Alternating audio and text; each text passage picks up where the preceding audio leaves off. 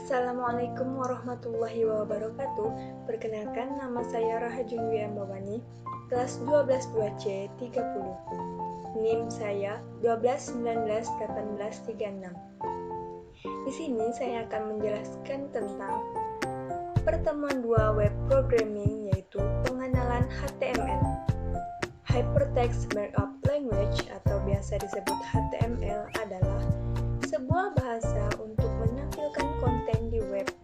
HTML sendiri adalah bahasa pemrograman yang bebas, artinya tidak dimiliki oleh siapapun.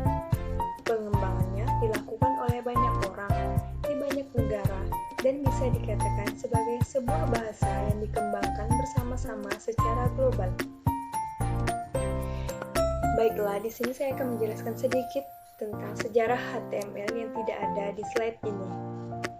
HTML pertama kali diciptakan dan dikembangkan oleh tim Berners-Lee pada awal tahun 1990, yang pada saat itu masih bekerja di CERN. HTML diciptakan dengan tujuan sebagai cara sederhana namun efektif untuk mengkodekan dokumen elektronik. HTML pertama kali dipopulerkan dengan menggunakan browser Mosaic. Tahun 1980, IBM memikirkan pembuatan suatu dokumen yang akan mengenali setiap elemen dari dokumen dengan suatu tanda tertentu. IBM kemudian mengembangkan suatu jenis bahasa yang menggabungkan teks dengan perintah-perintah pemformatan dokumen. Bahasa ini dinamakan Markup Language, sebuah bahasa yang menggunakan tanda-tanda sebagai basisnya. IBM menamakan sistemnya ini sebagai Generalized Markup Language atau GML. Tahun 1986, ISO menyatakan bahwa IBM memiliki suatu konsep tentang dokumen yang sangat baik, dan kemudian mengeluarkan suatu publikasi yang menyatakan Markup Language sebagai standar untuk pembuatan dokumen-dokumen. ISO membuat bahasa ini dari GML milik IBM, tetapi memberinya nama lain, yaitu SGML atau biasa disebut Standard Generalized Markup Language. ISO dalam publikasinya meyakini bahwa SGML akan sangat berguna untuk pemrosesan informasi teks dan sistem-sistem perkantoran. Tetapi di luar perkiraan, ISO, SGML, dan terutama subset dari SGML yaitu HTML juga berguna untuk menjelajahi internet, khususnya bagi mereka yang menggunakan World Wide Web atau biasa disebut WWW. Mulai pada tahun 1989, sebuah nama HTML muncul dari pemikiran Chai Lau Tim yang bekerja sama dengan Berners-Lee Robert yang ketika itu masih bekerja di CERN memulai mengembangkan bahasa pemrograman ini dan dipopulerkan pertama kali dengan browser Mosaic. Dan mulailah dari tahun 1990, HTML sangat berkembang dengan cepat hingga mencapai versi HTML versi 5.0 yang digarap pada 4 Maret 2010 kemarin oleh W3C. Versi HTML sekarang sudah mencapai versi 5.0. Sebelum digunakan, HTML harus diuji secara ketat oleh suatu badan yang bernama World Wide Web Consortium atau W3C. Setiap penambahan atau peningkatan versi, terdapat beberapa tambahan-tambahan tag dari fasilitas. Tentunya versi yang telah dikeluarkan ini harus menjadi standar bagi browser. Bila mana browser ini tidak mendukung versi tertentu, maka browser tersebut tidak dapat menampilkan format HTML yang kita buat. Oleh karena itu, untuk melihat halaman web yang diformat dengan HTML versi baru, harus memiliki browser yang sudah mendukung versi HTML tersebut. Di sini saya akan menjelaskan sedikit mengenai versi-versi HTML, yaitu HTML 1.0, HTML 2.0, HTML 3.0, HTML 3.2, HTML 4.0, dan HTML 5.0. Baiklah, di sini ada struktur dasar HTML. Dapat kalian lihat seperti ini. Terus, contoh penggunaan skrip HTML, contoh 01. Sehabis video ini, saya akan menjelaskan tentang pengkodingannya. Lalu, di sini cara menyimpan filenya, yaitu XAMPP menggunakan htdocs, lalu buat folder baru, dan untuk melihat hasil dari file di atas dapat menggunakan Google Chrome, browser lain bisa. Dan berikut ini hasilnya, nanti kita akan coba. Terus ada tag. Tag adalah bagian dari struktur HTML yang dituliskan diapit oleh tanda seperti ini, dan tag dituliskan berpasangan dengan maksud tag seperti ini yaitu pembuka, dan tag seperti ini yaitu tag penutup. Tag terbagi menjadi beberapa fungsi: formatting, link, image, list, citation, dan lain-lain.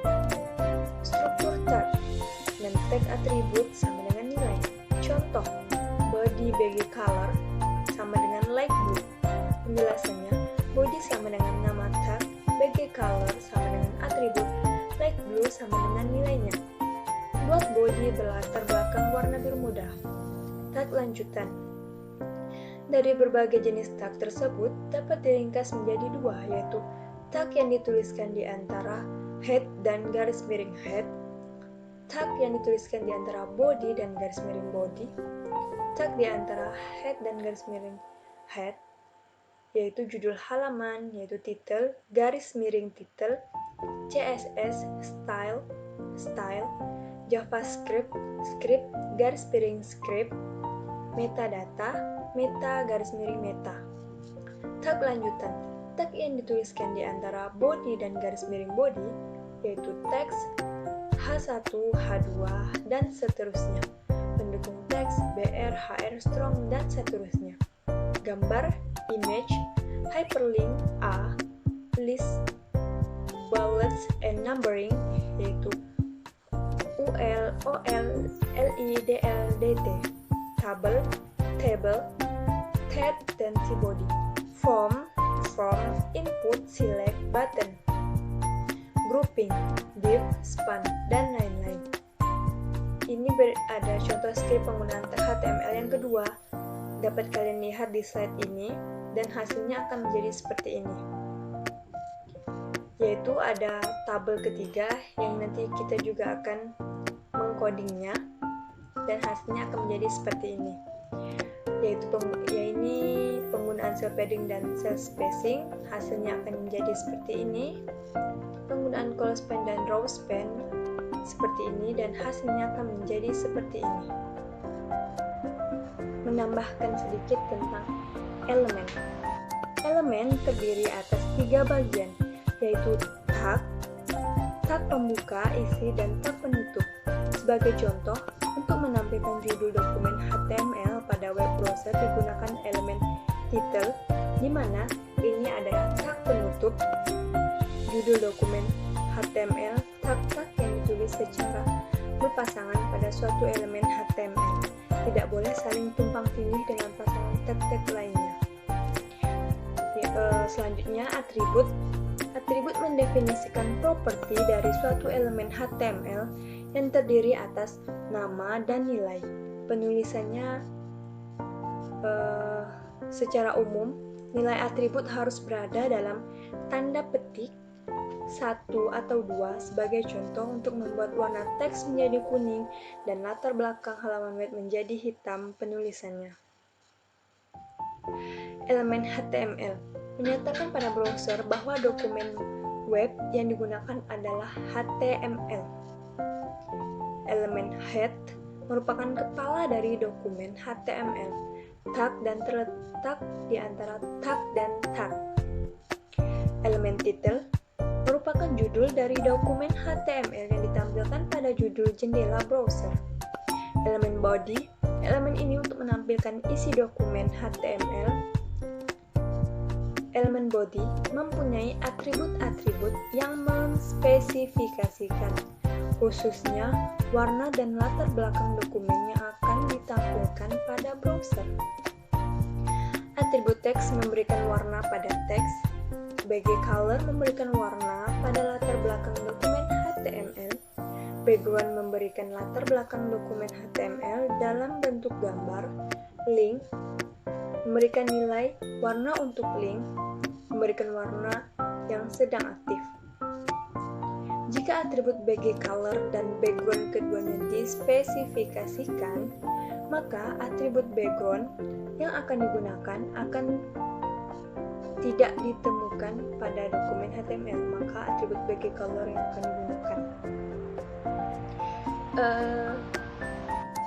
Sama seperti yang lain, di slide ini juga tidak ada menjelaskan tentang kelebihan dan kekurangan HTML, dan saya akan menambahkannya agar kalian yang menonton bisa tahu apa sih kelebihan dan kekurangan HTML itu. Baiklah, mari kita pelajari. Kelebihannya, 1. Merupakan bahasa pengkodean yang lintas platform. Maksudnya, HTML dapat digunakan pada berbagai jenis mesin komputer yang berbeda dan berbagai macam. Sistem operasi yang berbeda, jadi bersifat fleksibel karena ditulis cukup dengan menggunakan editor karakter ASCII. 2. Dapat disisipi gambar, baik gambar statis atau dinamis, termasuk menggunakan gambar untuk dijadikan hyperlink. Gambar di sini digunakan untuk merujuk pada suatu halaman web, di mana setiap titik-titik yang sudah didefinisikan berupa rektangular atau kotak, poligon, kurva tak beraturan, atau lingkaran digunakan untuk jam ke halaman lain, atau link ke halaman di luar web yang bersangkutan. 3. Dapat disisipi animasi berupa Java Applet atau file-file animasi dari Macromedia Flash atau Macromedia Shockwave. Untuk keperluan ini, browser harus memiliki plugin khusus untuk menjalankan file-file animasi ini. Dapat disisipi bahasa pemrograman untuk memercantik halaman web seperti JavaScript, VBScript, ActiveServer Page, Perl, TCL, PHP, dan sebagainya. Bukan merupakan bahasa pemrograman, jadi tidak memerlukan compiler. Cara menjalankannya cukup dengan menggunakan browser. Nah, di balik ada kelebihan, pasti ada kekurangannya. Simak baik-baik. Kekurangannya, 1. Menghasilkan halaman yang statis. Untuk memperoleh halaman yang dinamis harus menggunakan bahasa pemrograman tertentu seperti JavaScript atau VBScript dan animasi seperti Flash atau Shockwave. 2. Memiliki tag-tag yang begitu banyak sehingga susah dipelajari untuk yang masih awam. 3. Tidak dapat menghasilkan halaman yang interaktif. Interaktif di sini maksudnya klien dapat berinteraksi dengan server. Untuk keperluan itu, HTML harus disisipi bahasa pemrograman yang dapat menangani hal tersebut, contohnya Perl dan TCL. Pengkodingan contoh 2 seperti ini. Kita buka dulu code lobsternya. Seperti ini, masih kosong. Oh iya, jangan lupa kita hidupkan examnya.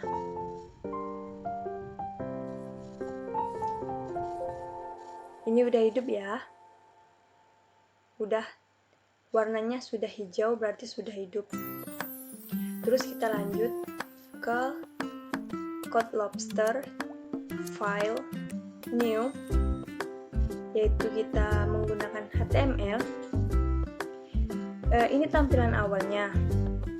Tampilan awalnya memang akan menjadi seperti ini. Di sini saya yang simple saja, seperti contoh, yaitu contoh 01 seperti ini. Lalu kita ketik halo, apa kabar?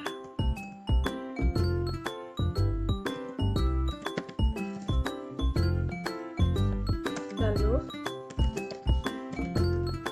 mudah-mudahan selalu dalam keadaan sehat ya.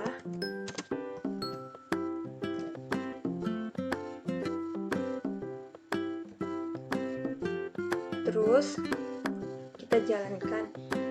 Oh iya, kita jangan lupa save file ini. Save dulu ya.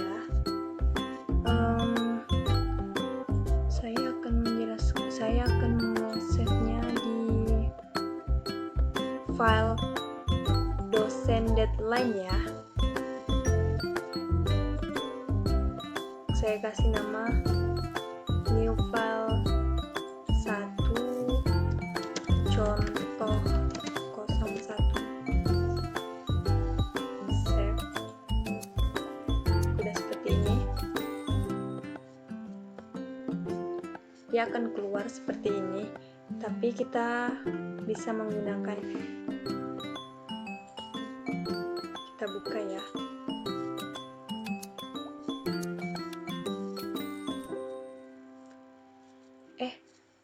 Maaf,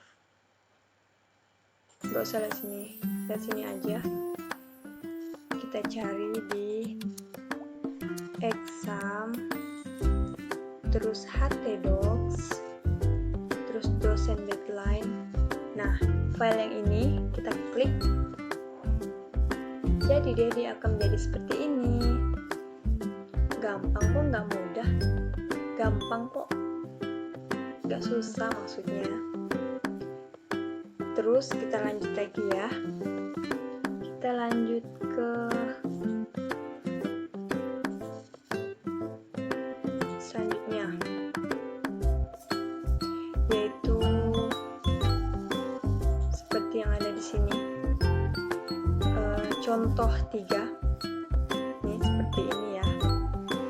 Kita akan buat. Kita tambahkan aja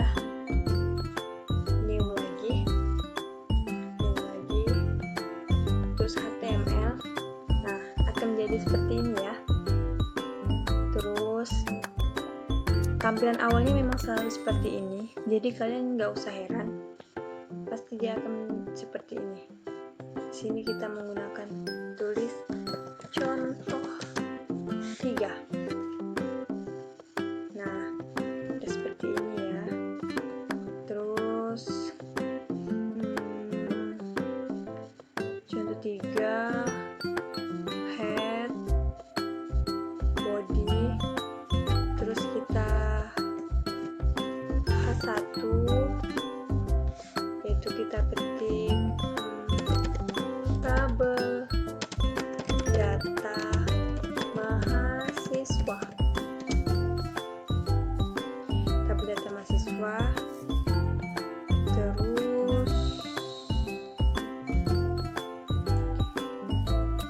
kita enter, kita ketik tabel border sama dengan ini terserah kalian mau gimana. Terus BG color sama dengan karena aku suka warna yang cerah-cerah, jadi kita kasih warna apa ya ini, kuning aja deh, kuning. Oke. Udah. Terus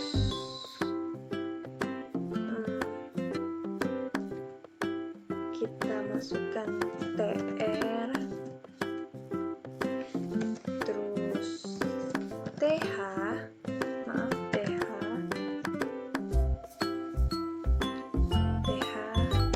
yang berisikan NIM,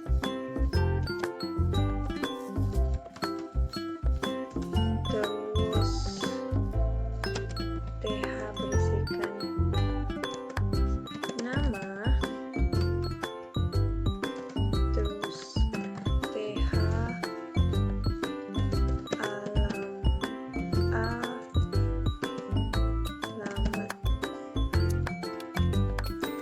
terus TH tempat tanggal lahir, terus TH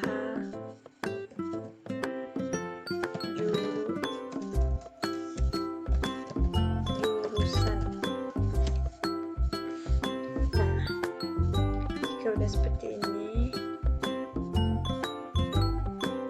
kan, kita lanjut lagi.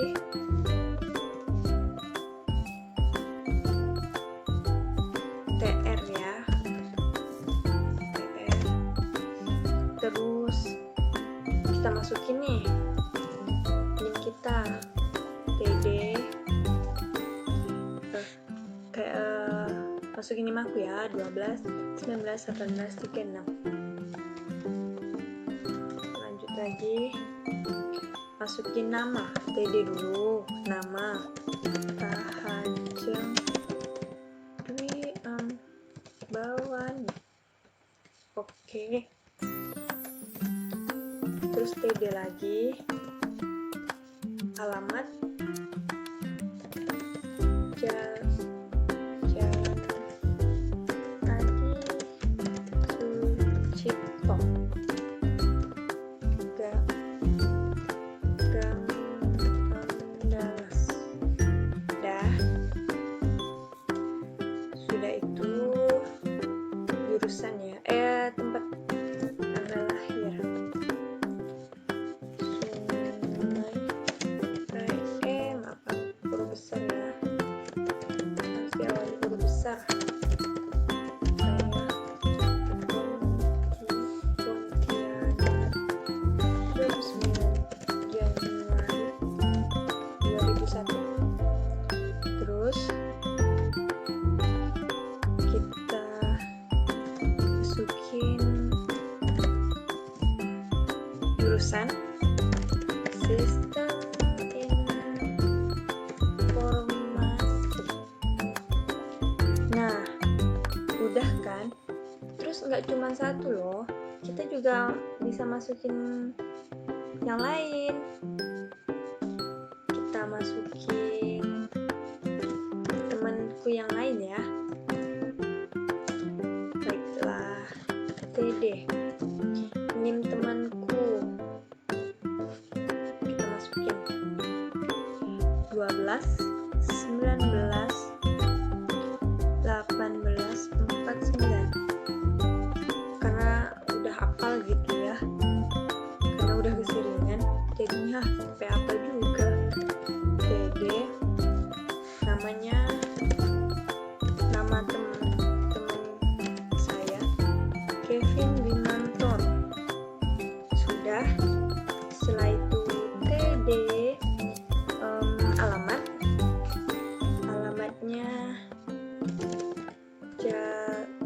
Jalan Karya Baru. Terus selanjutnya yaitu TD, tempat tanggal lahirnya ya, Pontianak, 16 Februari 2002. Setelah itu lanjut lagi TD,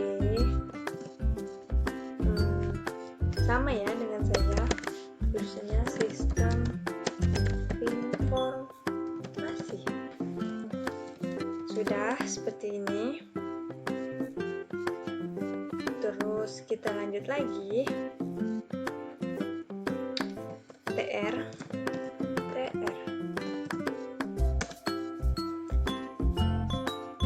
Terus TD. Bentar ya. Kita masukin NIM teman kita dulu. 12, 19, 19, 84, 12, 19, 84. Terus namanya Nabella Maulina Putri. Sudah. Setelah itu TD lagi, apa ya, alamat Jalan Arteri Supadio. Terus TD Pontianak 4 Juni 2001. Terus sama seperti saya juga, sistem informasi. Sudah ya. Nih, dapat dilihat seperti ini. Tuh. Nah, jangan lupa kita save. Saya nyimpannya di dosen deadline ya. Saya beri namanya new file 2. Save. Sudah. Coba kita preview. Nah, akan jadi seperti ini ya. Akan jadi seperti ini. Terus kita coba buka new file ini 2. Nah, akan jadi seperti ini tabel datanya.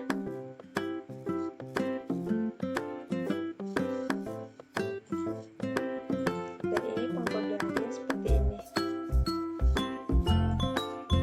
Terus sudah seperti ini. Berarti kita sudah berhasil ngodingnya. Ini yang contoh pertama, jadi seperti ini. Ini contoh yang kedua, jadi seperti ini. Berarti kita sudah berhasil mengodingnya. Baiklah, tugas saya di sini menjelaskan sudah selesai. Kurang dan lebihnya mohon maaf. Wabillahi taufik wal hidayah. Wassalamualaikum warahmatullahi wabarakatuh.